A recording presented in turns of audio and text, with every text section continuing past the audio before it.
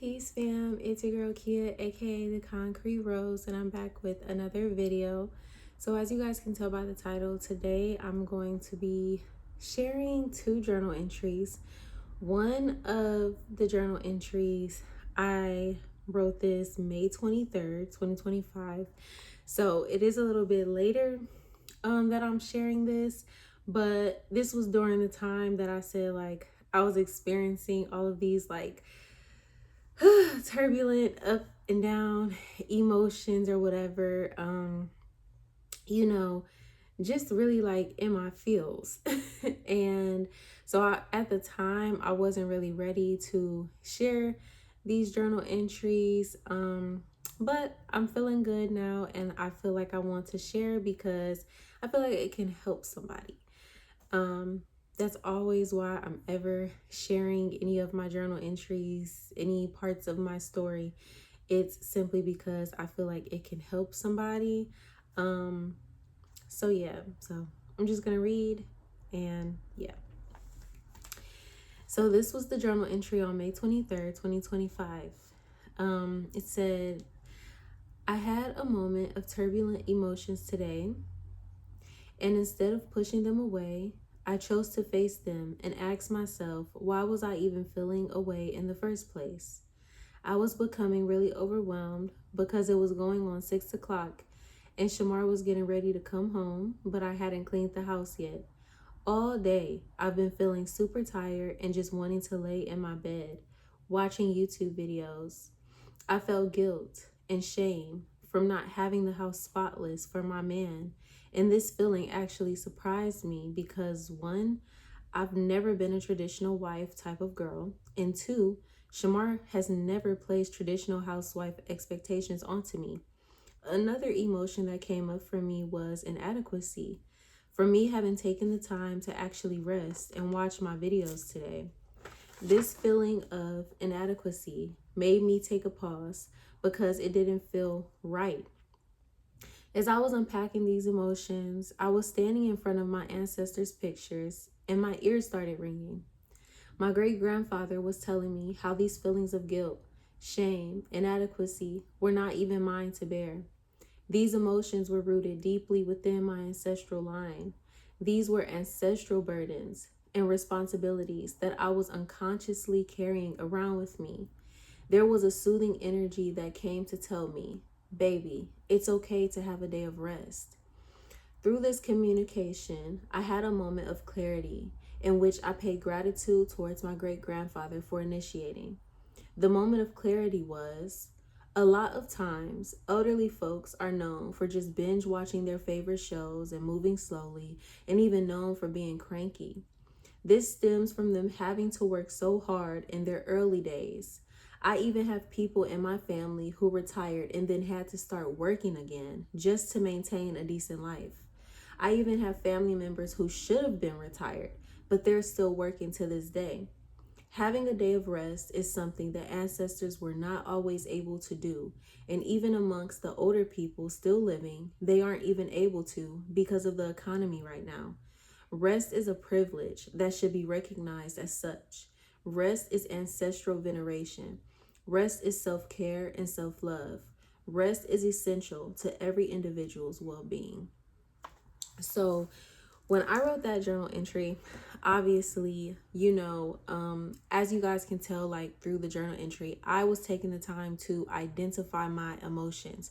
A lot of times we are feeling these turbulent emotions. We're just feeling, but we're not actually taking the time to like do the self-reflection to see, okay, what exactly am I feeling? Like, I know that I feel something. I know that I feel sad or angry or whatever.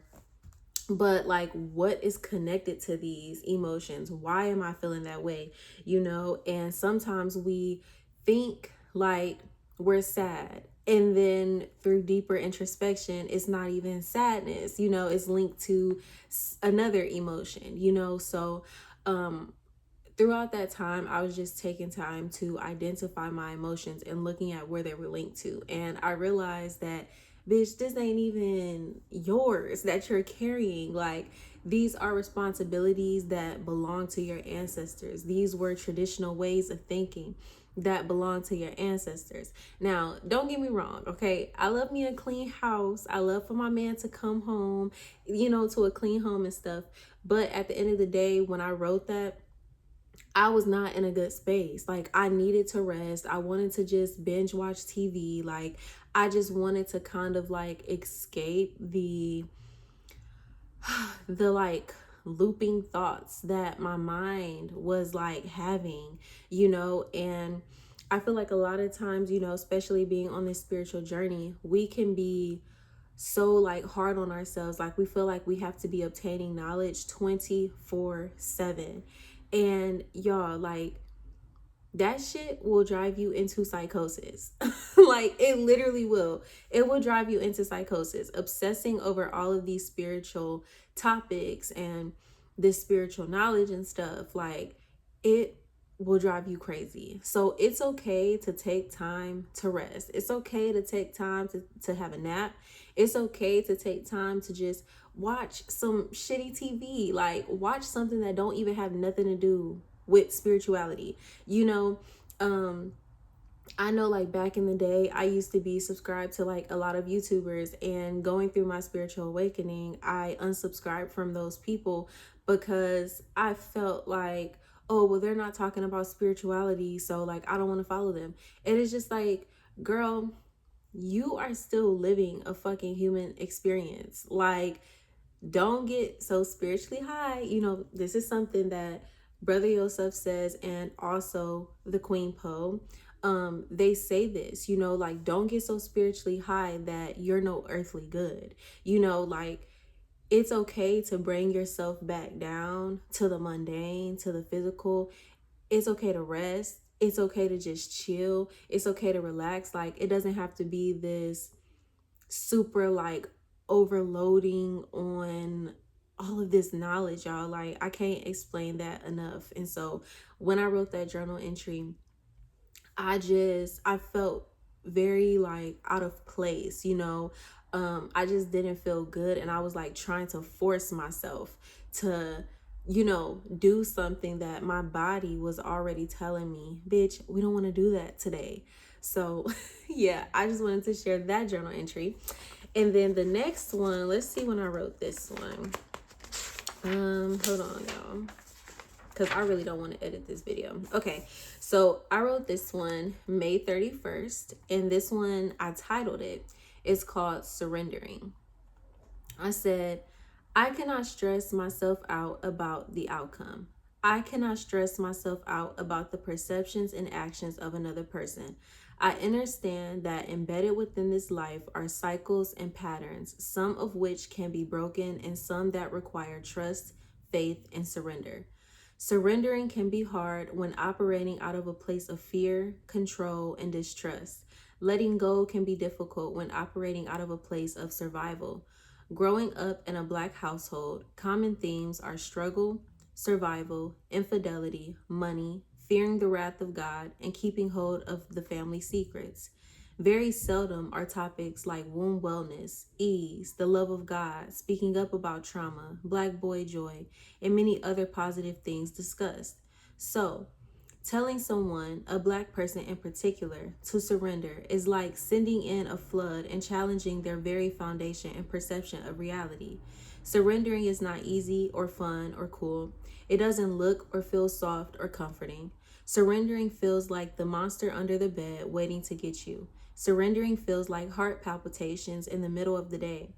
When Black people tell you to let go and let God, embedded within that statement are rules and doctrines that also throw the nervous system into a state of fear and uncertainty. Surrender is a tricky thing within the Black experience. We come from single-parent households where every meal came through a channel of grind and hustle. We come from drug-dealing daddies and drug-addicted mothers who taught us illegal ways of escapism. We come from angry elders that never had the resources to heal their wounds, so they project it onto us. Granted, this isn't the experience of every Black person on this planet, but it is the experience of most.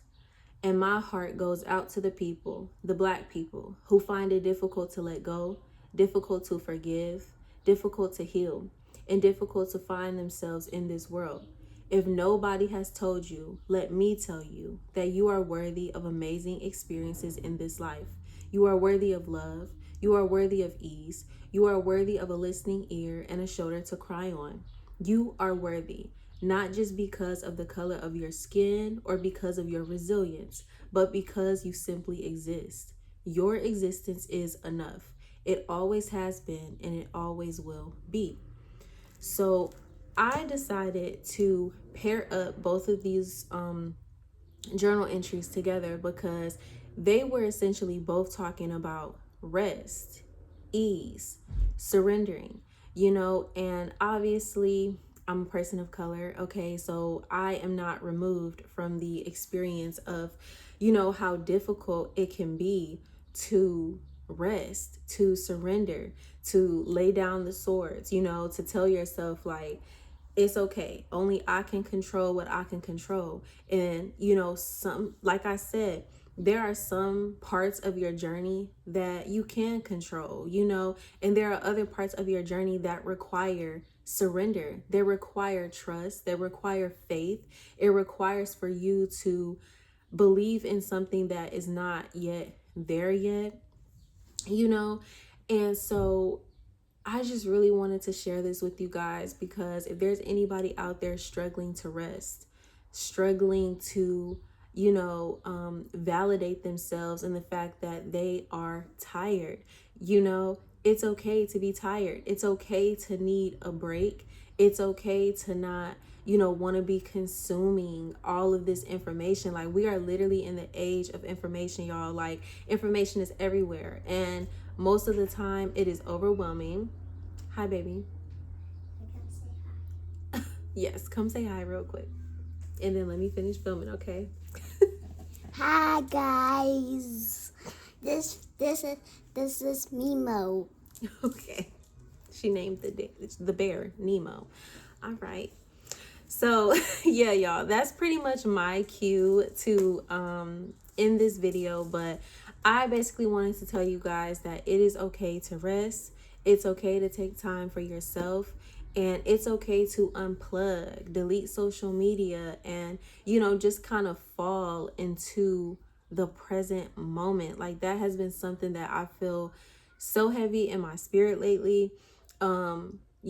Is really come back to the present moment. Like, everything is okay. Everything is fine. Something that my therapist tells me is when I start getting these overwhelming thoughts and my mind starts racing, look at your reality right now in this moment. In this moment, you are okay. Your mind is trying to trick you out of rest. And most of the time, it's because it's embedded within us that we have to keep going, keep going, keep going, keep going.